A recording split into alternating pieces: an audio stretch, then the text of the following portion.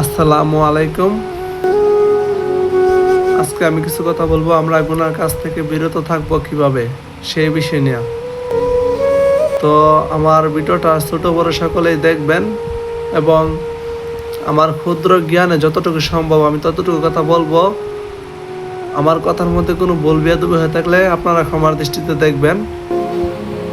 তো আমরা প্রধানত যে চিন্তা ভাবনাটা মাথায় রেখে আমরা গুনাহ করি, সেই প্রধান কারণটা হচ্ছে আমরা মনে করি এই যে বর্তমানে রুমের মধ্যে, এই বিল্ডিং এর মধ্যে কেউ নাই, এখন আমি গুনাহ করি, কেউ দেখবে না, কেউ জানবে না।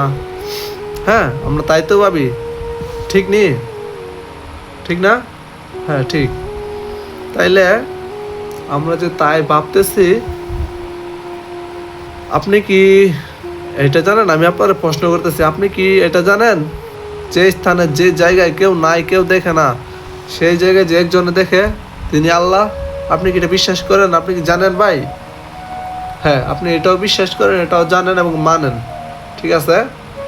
তো আপনি এখন কেউ নাই, এটা ভাইবা যে আপনি গুনার কাজ করবেন, করেন, গুনার কাজ করেন। আচ্ছা, আপনার করার অনুমতি আমি দিলাম। হ্যাঁ, আমি আপনার বললাম যে আপনি নিরলে একাই নির্জনে বৈশা গুনার কাজ করেন, আমি বলতেছি আপনার করেন। আমি আরেকটা কথা বলতেছি, আমি আপনার এখন প্রশ্ন করলাম, দ্বিতীয় প্রশ্নটা, যে এখানে কেউ নাই, যে স্থানে কেউ থাকে না, সেই স্থানে এখন একজন দেখে।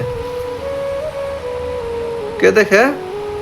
মহান আল্লাহ তাআলা। আপনি এটা বিশ্বাস করেন তো? না বিশ্বাস করেন তো? হ্যাঁ হ্যাঁ, এটাও বিশ্বাস করেন।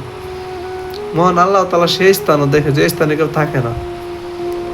ধরেন এখন আমি একলা আছি, এখন একলা আমি নিরালা নির্জনে আমার মন মতো আমি গুনাহ করতেছি, আমার মন যা চায় আমি তাই করতেছি, গুনার কাছে লিপ্ত হয়ে যাচ্ছে, লিপ্ত হয়ে গেছে।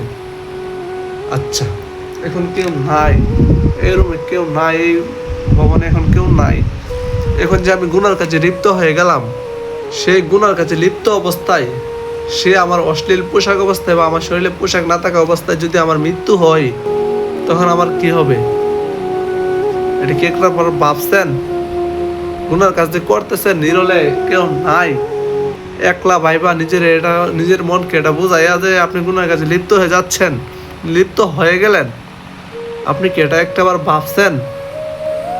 যে স্থানে কেউ থাকে না, যে জায়গায় কেউ দেখে না, সেই জায়গায় একজন দেখে, সেই জায়গায় একজন দেখে, তিনি হলেন আল্লাহ তাআলা। আমার কথা হচ্ছে, নিরলে নিরালায় একলা বৈশা আমরা যে গুনার কাজ করি, গুনার কাজ করার অবস্থায় যদি আমাদের মৃত্যু হয়, ইস, পাপ তো ঘৃণা লাগে আমার।